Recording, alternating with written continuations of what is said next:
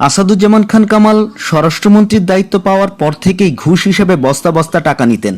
Police, মাদকদ্রব্য নিয়ন্ত্রণ অধিদপ্তর ও ফায়ার সার্ভিস থেকে এই টাকা আদায় করা হতো।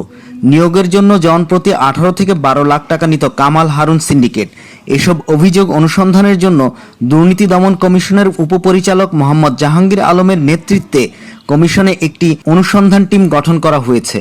দুদকের জনসংযোগ কর্মকর্তা আক্তারুল ইসলাম এসব তথ্য নিশ্চিত করেন। সূত্র জানায়, নিয়োগ বাণিজ্য পরিচালনায় তৎকালীন অতিরিক্ত সচিব ডক্টর হারুনুর রশিদ বিশ্বাসের নেতৃত্বে সিন্ডিকেট গড়ে তোলেন সাবেক স্বরাষ্ট্রমন্ত্রী।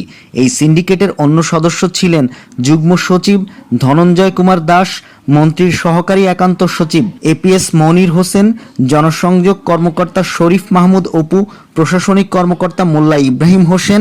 টাকা আদায় বা উত্তোলনে মূল ভূমিকা পালন করতেন ডক্টর হারুনুর রশিদ বিশ্বাস। হাজার হাজার কোটি টাকা হাতিয়ে নিয়েছেন এই কামাল হারুন সিন্ডিকেট।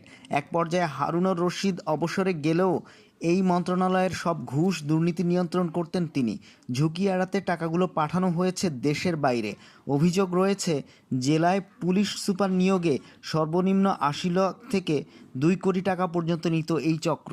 এই সিন্ডিকেটের আশীর্বাদ ছাড়া পুলিশের কেউ কোনো জেলায় বা গুরুত্বপূর্ণ পদে পদায়ন পেতেন না। জেলায় পুলিশ সুপার হিসেবে পদায়নের ক্ষেত্রে 1 থেকে 3 কোটি টাকা নিত এই সিন্ডিকেট। 2022 সালের 30 জুন গাজীপুর মেট্রোপলিটন পুলিশের কমিশনার হিসাবে নিয়োগ পান ডিআইজি মোল্লা নজরুল ইসলাম। 5 কোটি টাকার বিনিময়ে মোল্লা নজরুলকে গাজীপুরের কমিশনার হিসেবে পদায়ন করা হয়। এর মাসখানেক আগে হারুনুর রশিদ বিশ্বাসের কাছে 5 কোটি টাকার একটি চেক দেন মোল্লা নজরুল। পরবর্তী সময়ে গাজীপুরের কমিশনার হিসেবে নিয়োগের পর হোটেল ওয়েস্টিনে হারুনুর রশিদের কাছে নগদ 2 কোটি টাকা দেন তিনি। এ সময় আগের চেকটি ফেরত নিয়ে মোল্লা নজরুল 3 কোটি টাকার একটি চেক দেন। পরবর্তী সময়ে বাকি টাকাও দেওয়া হয়। এসব টাকা বস্তায় ভরে পৌঁছে দেওয়া হতো আসাদুজ্জামান খান কামালের ফার্মগেটের বাসায়। মন্ত্রীপুত্র জ্যোতি পুলিশের এক কর্মকর্তাকে বদলি করতে গিয়ে ব্যর্থ হন। কামাল তাকে জানান হারুন ও রশিদের সঙ্গে কথা বলতে। এ নিয়ে গত জুন মাসে বাসায় কলহ তৈরি হয়। ক্ষুব্ধ হয়ে বাসায় ব্যাপক ভাঙচুর করেন জ্যোতি। এনজিওর নো অবজেকশন সার্টিফিকেট বা এনওসি দিতে গিয়ে প্রতি সংস্থা থেকে 80 লাখ থেকে 1 কোটি টাকা দিতে হতো আসাদুজ্জামান খান কামালের দরবারে।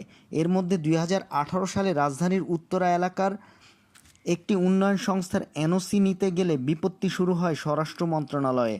এর আগে পুলিশের বিশেষ শাখা জেলা প্রশাসক এনএসআই ইতিবাচক প্রতিবেদন দাখিল করে। তারপরেও অদৃশ্য কারণে ফাইলটি মাসের পর মাস আটকে রাখা হয় মন্ত্রণালয়ে।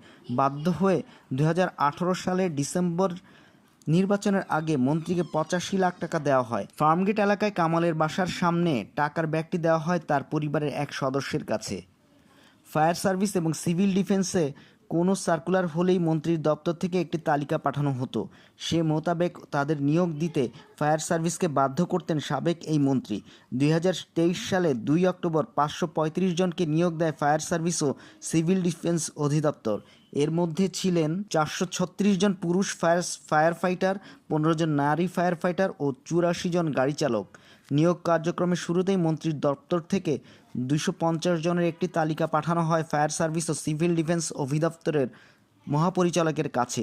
সাবেক এই মন্ত্রীর নির্দেশে সেই তালিকা মোতাবেক নিয়োগ দিতে বাধ্য হয় ফায়ার সার্ভিস।